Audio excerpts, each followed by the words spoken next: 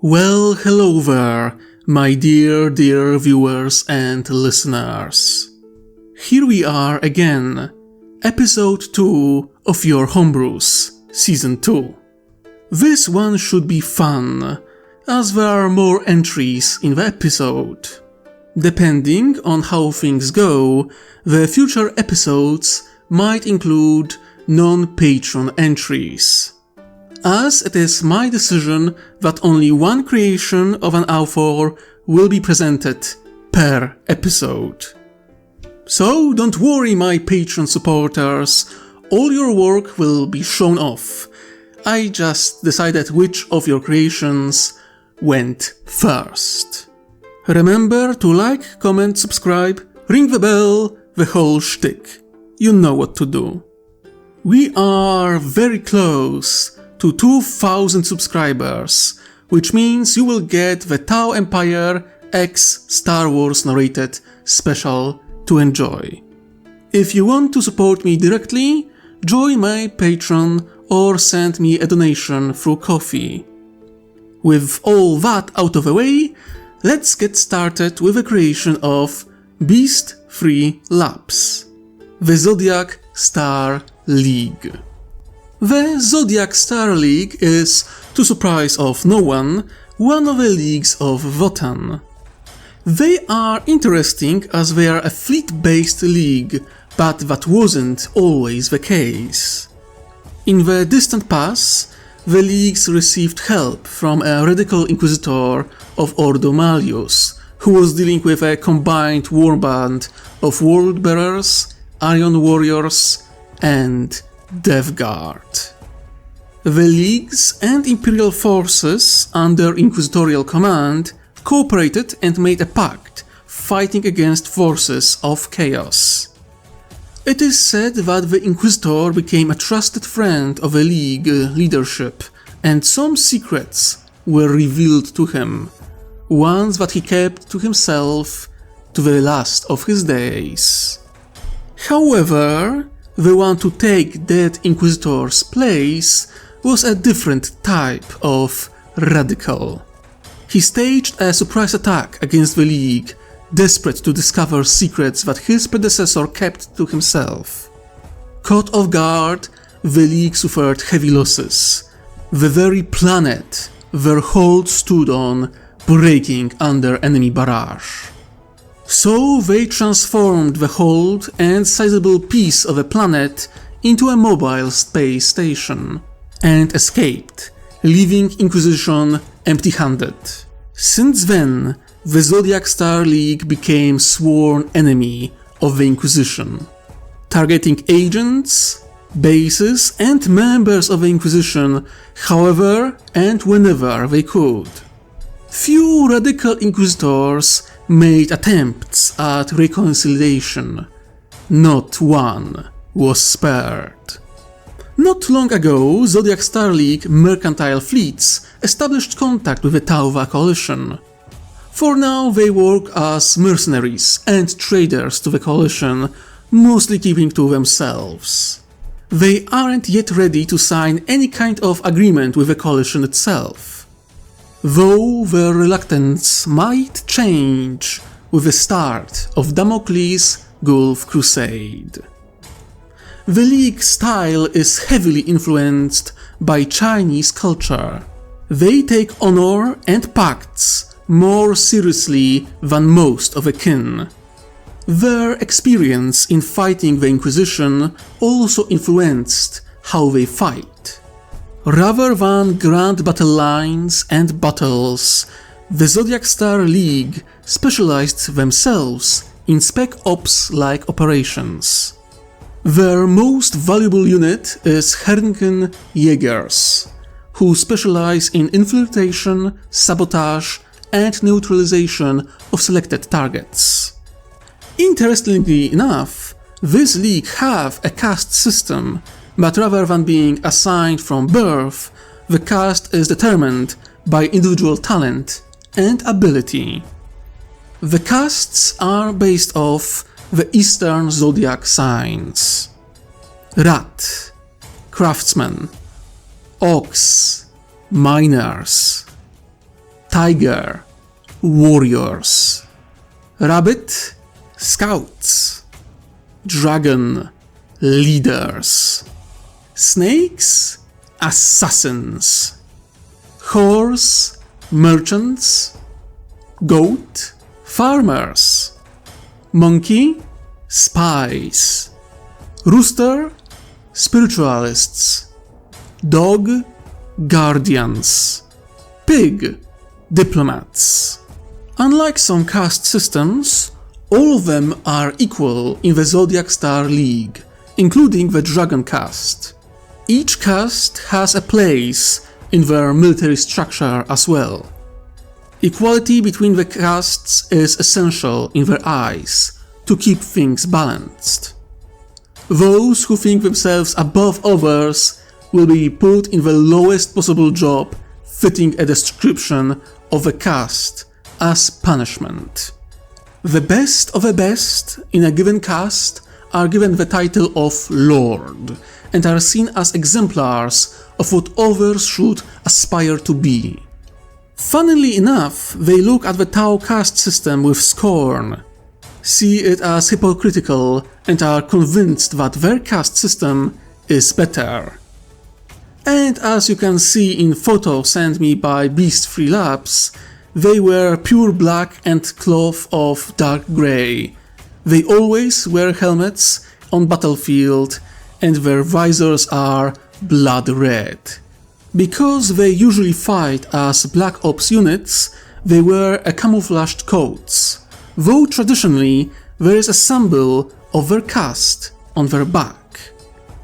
Their war cry is "The stars shine brightly, illuminating their sins." Their new mobile hold is known as Da Tian Ti, which translates to Grand Celestial Hold. Their hold can be compared to imperial constructs like Phalanx or the Rock, though since its creation it never left the core of a galaxy. I think that's quite a nice opening entry for this video. Additional League of Votan, one that operates differently to others we know of. Not to mention that Chinese Black Ops space dwarfs sound cool as hell. Now to move to another creation, we have a homebrew of Patreon supporter, Ad. The Gnoll or Hyena-kins. The Hyena-kins, more commonly known as Gnolls, are a mutant strain of humanity which has been sighted near the Damocles Gulf in significant numbers. They are a matriarchal society of mutants that resemble hyenas and other similar-looking animals. They are scavengers by nature and tend to sell their services as mercenaries to those who pay them in coin, material, weapons, and food. Their origins are unknown, both to others and to themselves. To this day there is a discussion of what their true origins are. Some claim that they are just another strain of beastmen. Some propose that they are a failed experiment of Fabius Bile that managed to escape the clutches of that madman. Some inquisitors believe that this escape was possible thanks to the help of Changer of Ways. Though it's worth noting that Gnolls don't seem to be chaos-aligned beastmen, or at least those of their kind who join forces of chaos are few in number. They are nomadic people, never staying in one place for long. They travel between systems through help of rogue traders, smugglers, pirates and corsairs. There are even few Gnoll fleets out there made out of ramshackle vessels. At least one report indicated they managed to take over an orc ship and can still somehow operate it. But how they manage that remains a mystery. Gnolls are both a blessing and a curse to anyone who encounters them. They are both chaotic and very useful in their actions. Gnolls, for some reason, seem to have innate understanding of certain technologies and have uncanny ability to fix different components using scrap parts. They even have their own strange scrap exosuits that they use in combat. Though scavengers and engineers by nature, they are also warriors of some talent. The gladiatorial fights are a cherished part of their culture. As mercenaries, they usually work as shock troops and irregular infantry, using extremely irregular and bizarre weaponry. Many look down at them as they are open to work for anyone, be it a guard commander, rogue trader, elder corsair, or even Drukhari. Gnoll mercenary groups developed strong rivalry with similar mercenary groups made out of Tarelians and Krut. As mentioned before, they are matriarchal society. Females are bigger, stronger, more aggressive, and fewer in number than males. They take a role of chieftains and leaders of different clans. Males are weaker physically, but more agile and more industrious and clever, compared to females. They take role of grunts and labor force of any tribe. Typically, there are 9 males for every 1 female, though chieftains of the tribes are known to have harems of over 24 males. Though it is unknown exactly how, but Gnolls seem to master the basic industry even when in nomadic state, allowing them to produce great number of autoguns and other similar weaponry, including miniguns and autocannons, to ensure they are always armed. But they also use a lot of weapons they scavenged or which were given to them by their employers, many of which are heavily modified by a given warrior to fit their preferences. Gnolls are absolutely atrocious in naval combat and usually make a run for it if any fight in the void is about to happen. For all their skill in ground warfare, they have no idea how to fight in space. Even as nomadic clans of beastmen, they use void vessels as transports, not warships. Observers noted that Gnolls exhibit behaviors similar to hyperactivity or lack the ability to focus on any one thing for long. Despite their weirdness, they are usually very friendly, have deep love for comedy, and infect each other with laughter. Same goes for strange music they listen to even during battles. This bizarre group of mutants somehow endures in the grimdark galaxy, usually seen as more of a nuisance than a real threat. But their friendly expressions shouldn't fool anyone, for wherever they arrive, conflict is soon to follow. Many see their arrival as a portent of doom or misfortune. In the Imperial territories, they call them Jokers of Doom, as their laughter echoes that of the dark gods. Another fun entry. We didn't get much in terms of abhumans and mutants in the first season, especially as a neutral faction like this one. I think they are a fun concept which can be explored to a greater degree in the future. Now, for the last entry of this episode, we go with Bunagaya, created by Patreon supporter Omegon, but this time with rabies. Ignoring this very colorful name, Bunagaya are abhumans. Some Imperials classified them as a type of ratling, mostly because they share ratling's good eyesight, ability to move unseen, and short posture. Though compared to a typical ratling, they are even more dexterous and proven to be very good climbers and swimmers. They stand out from other ratlings because all of them have fiery red hair. They come from a world known as Osan Kedama. It's a warm ocean world with subtropical climate. The planet doesn't have a continent to speak of, rather endless number of island chains spread throughout the globe. Those islands became a home to closely knit communities of Bunagaya, who could be characterized as being curious and cautious in equal measure. They also have a deep-seated fear of life forms resembling cephalopods.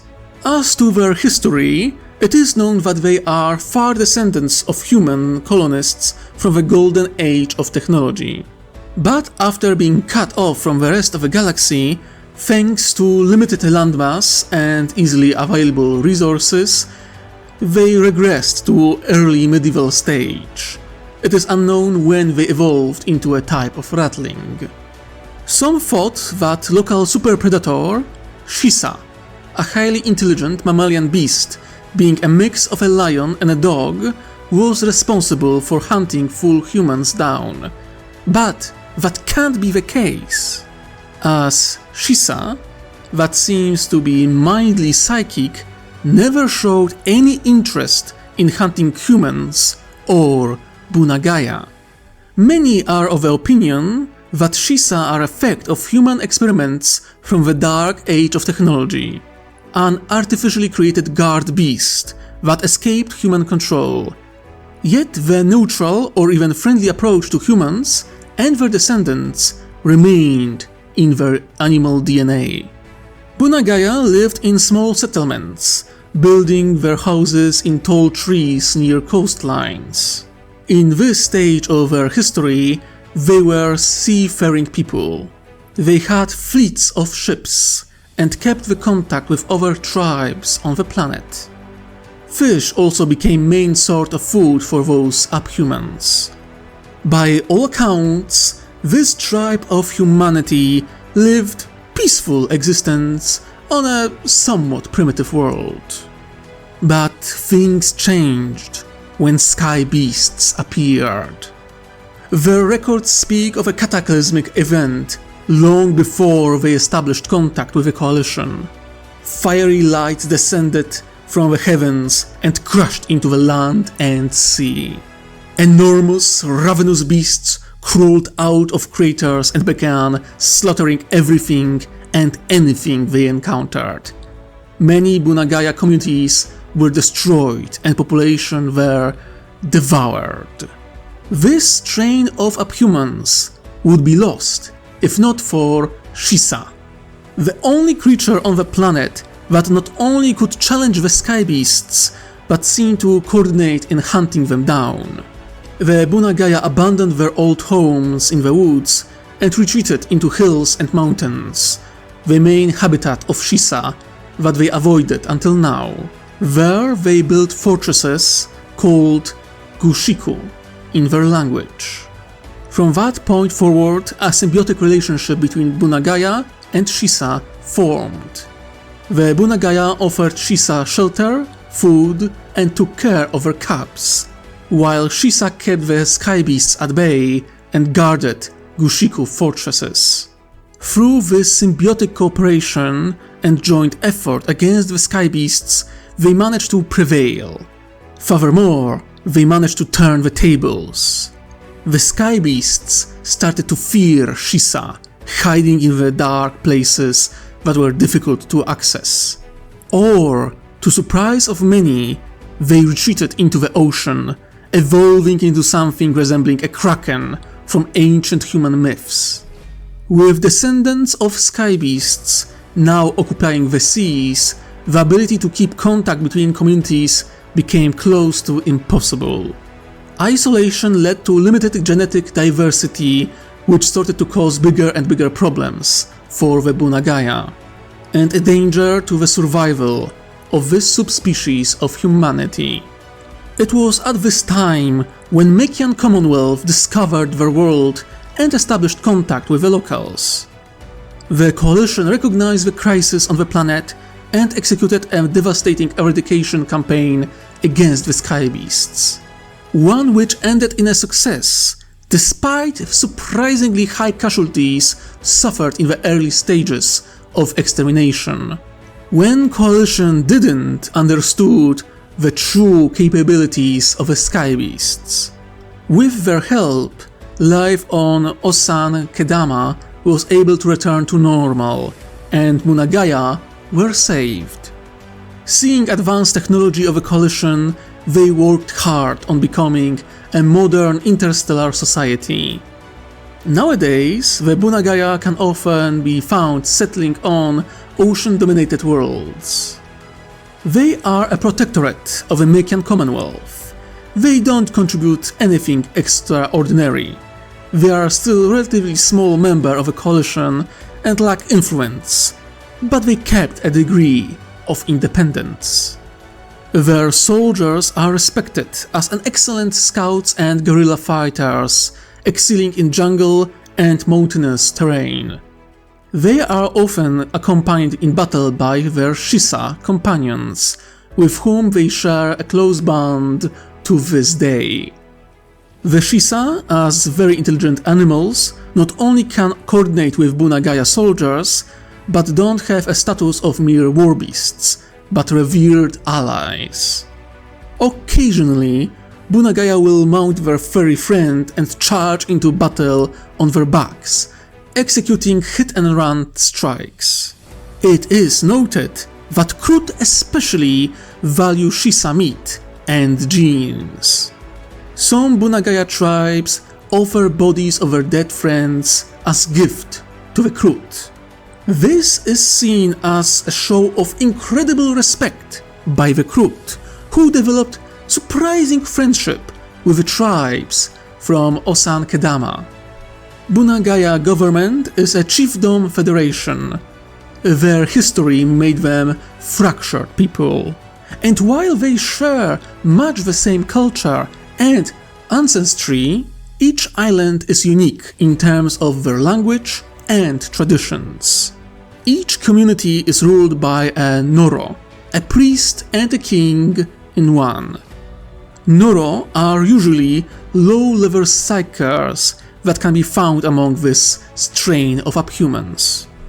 Their internal politics and rules remain local, but they do keep a common foreign policy towards other members of the coalition and the alliance at large. Quite interesting entry. In the previous season we had barely any mutants or abhumans to speak of, and now we have two of them from the get-go.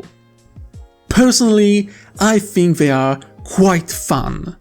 Omegon managed to make them quite a unique little civilization. Oh, and I will let you take a guess of what the Sky Beasts really are. Do tell me what do you believe their origins are in the comments below. You can also like, subscribe and ring that bell. If you can, support me through Patreon or drop a donation through Ko-fi if you enjoy my work. I would appreciate it very much. Thank you for joining me and I hope you enjoyed. Now, my dear viewers and listeners, remember, wherever you are, whatever you do, try to enjoy yourself while you can. I wish you most heretical day. Ta-ta!